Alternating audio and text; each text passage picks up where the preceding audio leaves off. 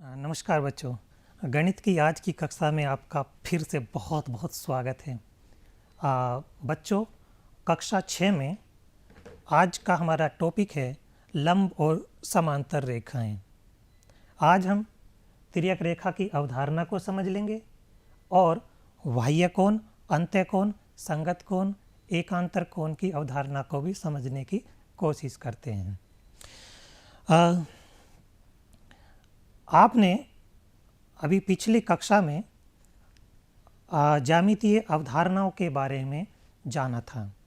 ज्यामितीय अवधारणाओं के अंतर्गत हम विभिन्न प्रकार की आकृतियों का अध्ययन करते हैं। विभिन्न प्रकार की आकृति, हाँ, कुछ समतल आकृतियाँ होती हैं, कुछ वक्रतल आकृतियाँ होती हैं, कुछ समतल और वक्रतल दोनों प्रकार की होती हैं। हमने जाना था कि बिंदु क्या होता है, रेखा क्या होती है, रेखाखंड क्या होता है और किरण क्या होता है। हम कोण से भी परिचित हो चुके हैं कि विभिन्न प्रकार के कोण क्या होते हैं। बहुत सारे कोण हमारे होते हैं, जैसे कि समकोण, न्यून कोण, अधिक कोण, ऋजु कोण, है ना। तो हम कोणों से भी परिचित हो चुके हैं। कोण वे होते हैं जो कुछ कुछ झुके हुए होते हैं, उनको हम कोण कहते हैं। और इसके अलावा हम अभी पिछली ही कक्षा में जान चुके हैं लंब रेखाओं का बारे में और समांतर रेखाओं के बारे में। बच्चों, आप लंब रेखाओं के बारे में क्या जानते हैं? हाँ, लंब रेखाएं वे रेखाएं होती हैं जो आपस में 90 अंश पर यानी समकोण पर प्रतिच्छेद करती हैं। जब दो रेखाएं आपस में 90 अंश पर प्रतिच्छेदित करती हों तो उसे हम लंब रेखाएं कहते हैं। इसके अलावा आपने जाना था कि कुछ समांतर रेखाएं होती हैं जो कभी भी प्रतिच्छेदित नहीं करती हैं और सीधी रहती है। उनके बीच में हमेशा प्रत्येक जगह बराबर दूरी रहती है, यानी दो समांतर रेखाओं के बीच की दूरी प्रत्येक जगह पर समान होती है। आपने ये देखा था कि जो राजगीर होता है, मिस्त्री होता है, दीवार बनाने वाला होता है, वो अक्सर साहुल और सूत का प्रयोग करता है। साहुल के प्रयोग द्वारा वो ये देखता है कि उसकी दीवार भूतल के लंबवत है या नहीं। इसी तरह से जब वो सूत का प्रयोग कर रहा होता है तो वो देख रहा होता है कि दीवार की प्रत्येक ईंट की परत समांतर है या नहीं। हमने जाना कि समांतर रेखाएं आपस में कभी भी प्रतिच्छेदित नहीं करती हैं और उनके बीच में हमेशा बराबर दूरी रहती है। आज हम समांतर रेखाओं के बीच की दूरी ज्ञात करना सीखेंगे और तिर्यक रेखाओं के बारे में जानेंगे। तिर्यक रेखाएं कौन कौन सा कोण बनाती हैं, इसके बारे में भी हम आज के पाठ में जानेंगे। तो बच्चों, समांतर रेखाओं के बीच की दूरी किस तरह से हम ज्ञात कर सकते हैं? तो देखते हैं। पटरी की सहायता से दो समांतर रेखाएं L और M खींचिए। पटरी की सहायता से दो रेखाएं खींचनी है, तो दो रेखाएं हम खींच लेंगे। और जैसे कि आपको दिखाई दे रहा है, चित्र में भी दिख रहा है, ये एक L है और एक M है। हमने ये दो रेखाएं खींच ली हैं। रेखा M पर दो बिंदु M और N ले लीजिए। बिंदु को हम कैपिटल लेटर से लिखते हैं। ये एक बिंदु M हो गया और दूसरा बिंदु N ले लिया। तो रेखा M पर हम दो बिंदु ले लेते हैं, कैपिटल M और कैपिटल N। इन बिंदुओं से चित्र के अनुसार सेट स्क्वायर की सहायता से MP और NC लंब खींचिए। सेट स्क्वायर जानते हैं क्या होता है? हाँ, ये सेट स्क्वायर होता है। इसे हम सेट स्क्वायर कहते हैं। आपके ज्योमेट्री बॉक्स में निकलता है ये, जब आप लेकर के आते हैं तो ये सेट स्क्वायर है। इसका क्या उपयोग है? एक तो हम इससे समांतर रेखाएं खींच सकते हैं और दूसरा ये हमें 90 अंश के कोण को दिखा रहा है। समकोण को बताता है कि समकोण कितना होता है। ये वाला जो कोण बना हुआ है ये समकोण का बना हुआ है, ठीक है ना। तो हम इसकी सहायता से लंब रेखाएं खींचेंगे इसमें। तो हमने दूरी MP, इसको नीचे रखा और MP खींच लिया, ये MP खींच गया है। और इसी तरह से N बिंदु पर हम इसको रखते हैं और NC खींच लेते हैं। तो अब हमें ये देखना है कि MP और NC के मान किस प्रकार से हैं।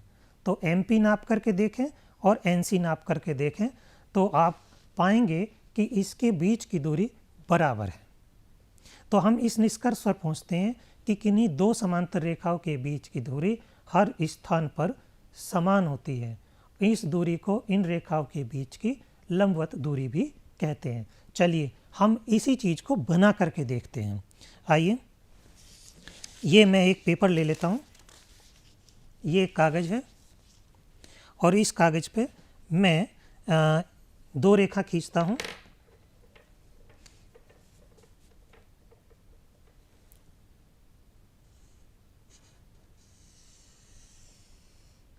एक मैंने ये रेखा खींची है, इसका नाम M रख देता हूँ मैं, और एक और रेखा खींच लेता हूँ, ये रेखा L खींच ली है। और अब इसके दो बिंदु ले लेता हूँ, रेखा M पर दो बिंदु ले लेता हूँ, एक M और एक बिंदु ले लेता हूँ N।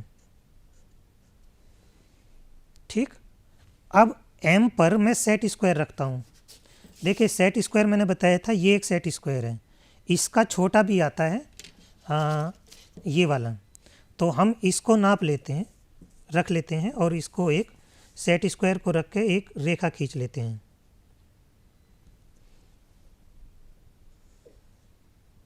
एक रेखा ये खींच ली हमने और एक रेखा N से रख करके खींच लेते हैं।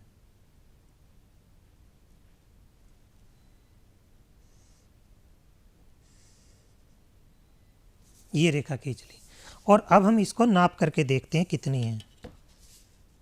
तो अब हमने इसको नापा, ये आ रहा है 6.8 सेंटीमीटर, 6.8। और क्या यहाँ पे कितना आता है, यहाँ भी 6.8 सेंटीमीटर आ रही है। तो अब हम क्या कह पा रहे हैं, हम ये कह पा रहे हैं कि जो दो समांतर रेखा ये वाली और ये वाली हैं, तो इन दोनों रेखाओं के बीच की दूरी ये भी 6.8 है और ये वाली दूरी भी 6.8 की है। तो हम ये जान पाए कि समांतर रेखाओं के बीच की दूरी हमेशा बराबर रहती है। चलिए आगे बढ़ते हैं। तिर्यक रेखा, आज हम जानेंगे कि तिर्यक रेखा क्या होती है। तो तिर्यक रेखा क्या होती है, चलिए पहले चित्र नंबर 1 को देखते हैं। चित्र नंबर 1 में आप क्या देख पा रहे हैं, इस चित्र में क्या देख रहे हैं कि एक रेखा L है, एक रेखा M है और इसको एक रेखा N काट करके जा रही है, प्रतिच्छेद करके जा रही है दो बिंदुओं पर, एक तो P बिंदु है और एक Q बिंदु है। ठीक है, हाँ ये आपने देखा। चित्र नंबर 2 में क्या देख पा रहे हैं, चित्र नंबर 2 में देख रहे हैं कि एक रेखा L और एक रेखा M को तीसरी रेखा N प्रतिच्छेदित करके जा रही है P पर और Q पर। P और Q दो बिंदुओं पर प्रतिच्छेदित करके जा रही है। चित्र नंबर 3 में क्या देख रहे हैं, तीन रेखा L M Q, तीन रेखाएं हैं और इसको एक रेखा N प्रतिच्छेद करके जा रही है R S और T बिंदुओं पर। इसी तरह से चौथे चित्र में हम क्या देख रहे हैं कि L और M रेखा को एक तीसरी रेखा N प्रतिच्छेद करके जा रही है N और Q पर। यानी हमने चारों चित्रों में क्या देखा कि कोई तीसरी रेखा या चौथी रेखा या कोई रेखा इन रेखाओं को दो बिंदुओं पर काट के जा रही है या तीन बिंदुओं पर काट रही है, दो या तीन या उससे ज़्यादा बिंदुओं पर काट के जा रही है। तो जब कोई रेखा दो रेखाओं को दो या तीन बिंदुओं पर काटती है तो वह उसकी तिर्यक रेखा कहलाती है। अर्थात चित्र 1 में हमने देखा, 2 में देखा, 3 में देखा, 4 में देखा। ठीक है, तो चित्र नंबर 5 में और बताइए आप, चित्र 5 में रेखाओं के कटान बिंदुओं की संख्या कितनी है। चित्र 5 को देखें, रेखाओं के कटान बिंदुओं की स्थिति कितनी है बताइए, एक बिंदु है ना। हाँ, यह रेखा L और M को एक बिंदु पर काटती है, अतः यह तिर्यक रेखा नहीं है। और बाकी जो चित्र हमने देखे थे, चित्र 1 में, 2 में, 3 में रेखा N तथा रेखा L और M के कटान बिंदु भिन्न भिन्न हैं, अतः तिर्यक रेखा है। तो बाकी चित्रों में तिर्यक रेखा थी और पांचवें चित्र में ये तिर्यक रेखा नहीं है। तो हम तिर्यक रेखाओं को क्या समझ पाए कि तिर्यक रेखा दो या दो से अधिक रेखाओं को भिन्न भिन्न बिंदुओं पर काटती है। क्या जाना हमने कि तिर्यक रेखा दो या दो से अधिक रेखाओं को भिन्न भिन्न बिंदुओं पर काटती है। अलग अलग बिंदुओं पर जो काटती हो तो वह तिर्यक रेखा होगी। कैसी रेखा होगी? तिर्यक रेखा होगी। अब हम बात करते हैं दो रेखाओं के अंतः क्षेत्र और बाह्य क्षेत्र के बारे में। दो रेखाएं कोई भी ले लीजिए, चाहे समांतर रेखाएं ले लीजिए और चाहे असमांतर रेखाएं ले लीजिए। ये समांतर हैं और नीचे वाला जो चित्र सेकंड है वो असमांतर रेखाएं हैं। तो रेखाएं कैसी भी ले लीजिए, चाहे समांतर हों चाहे असमांतर हों, और उनके बीच पेंसिल से एक स्पेस बना लीजिए, जगह बना लीजिए, पेंसिल को घिस लीजिए, लगा लीजिए उस पर। जैसे मैं बात करता हूँ इस तरह से,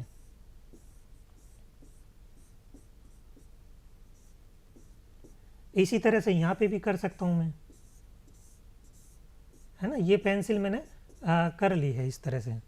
तो पेंसिल से रंगा हुआ क्षेत्र जो रेखाओं के बीच में है वह क्षेत्र अंतः क्षेत्र कहलाता है, और इसके अलावा बाकी सारा क्षेत्र बाह्य क्षेत्र है। तो आप देख पा रहे हैं जो भी रंगा हुआ भाग है वो अंतः क्षेत्र है, ये सारा अंतः क्षेत्र है। इसमें कोई भी चीज़ आ रही है, कोई भी बिंदु आ रहा है, कोई भी रेखा आ रही है, तो वह अंतः क्षेत्र की चीज़ें हैं, अंतः क्षेत्र के आकृति है। और जो इसके बाहर जाएगा, मान लीजिए ये जा रहा है, ये वाला बिंदु बाह्य क्षेत्र में है, ठीक है ना। तो जो अंदर की चीज़ें होती हैं उसे अंतः क्षेत्र कहते हैं, और जो बाहर होता है वो बाह्य क्षेत्र कहलाता है। तो इस तरह से हमने जाना कि दो क्षेत्र होते हैं, एक अंतः क्षेत्र और एक बाह्य क्षेत्र। एक अंतः क्षेत्र होता है और एक बाह्य क्षेत्र। एक अंतः क्षेत्र है और एक बाह्य क्षेत्र। दो रेखाओं के बीच का जो पार्ट होगा ये सारा, ये अंतः क्षेत्र कहलाएगा। कैसा कहलाएगा? अंतः क्षेत्र।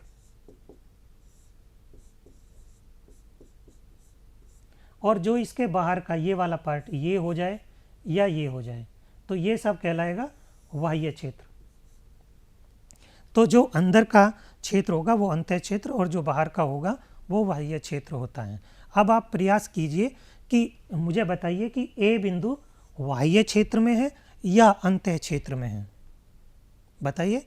और इसी तरह से बताइए टी बिंदु अंतः क्षेत्र में है या बाह्य क्षेत्र में है। ठीक है, ये बिंदु बाह्य क्षेत्र में है और ये वाला जो बिंदु टी है ये अंतः क्षेत्र का बिंदु है।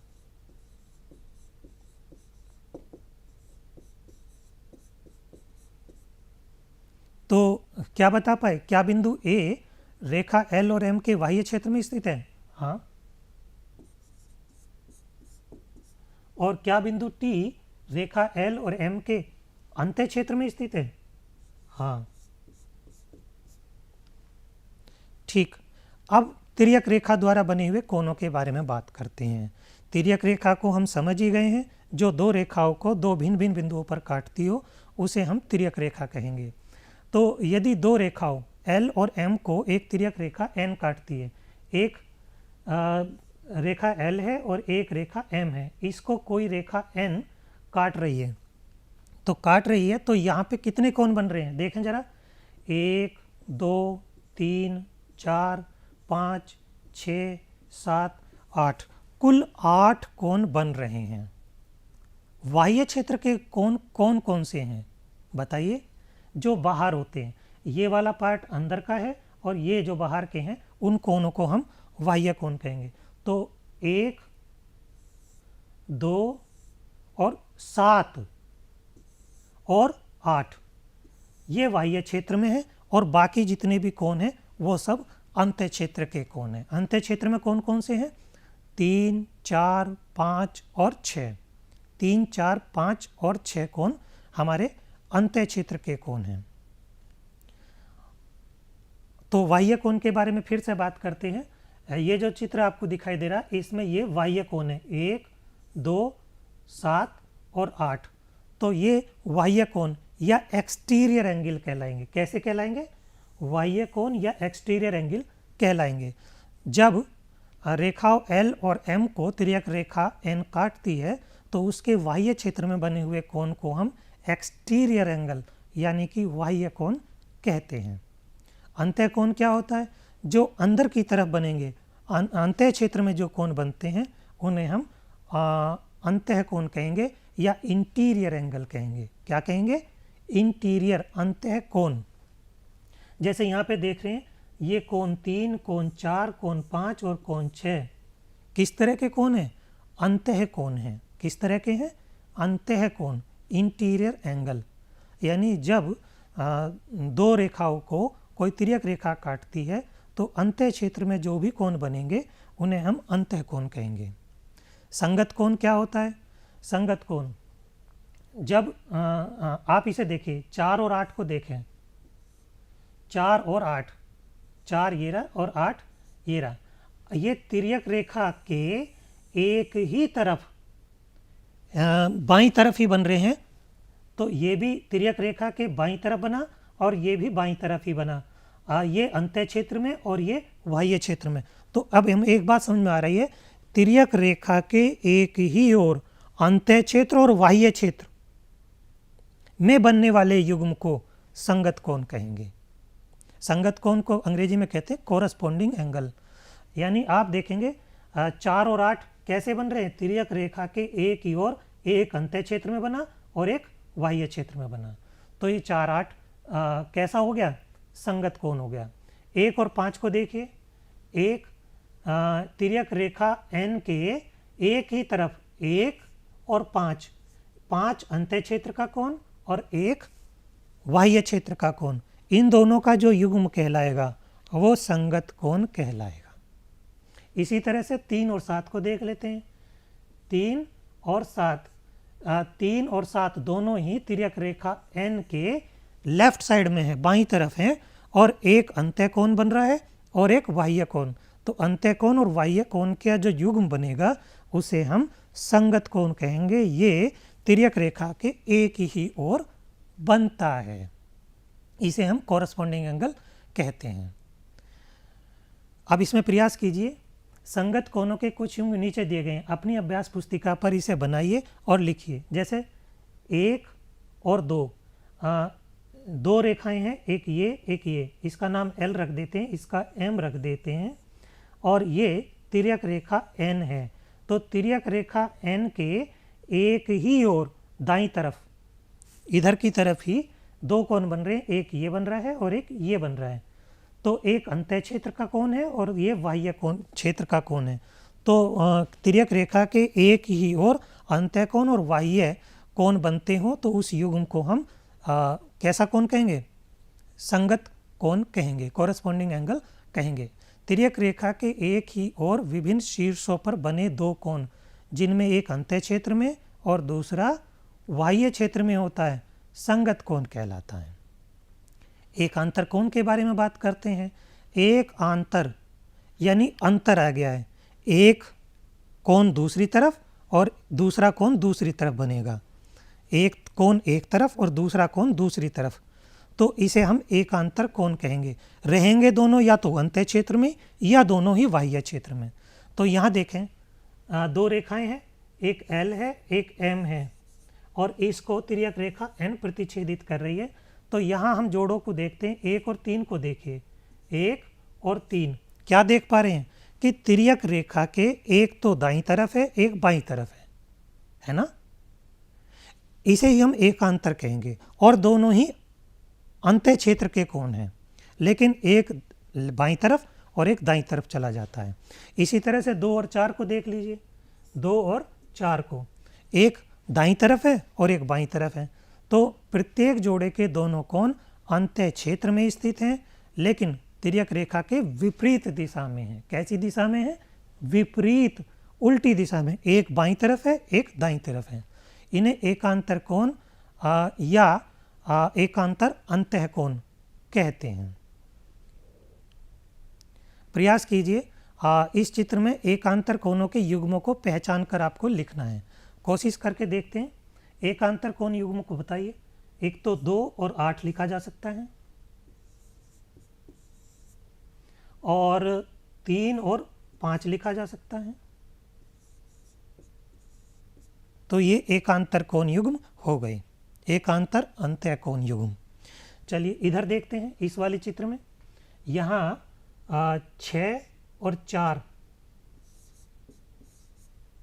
और इधर 7 और 1। तो ये एकांतर कोण युग्म हो गए हमारे।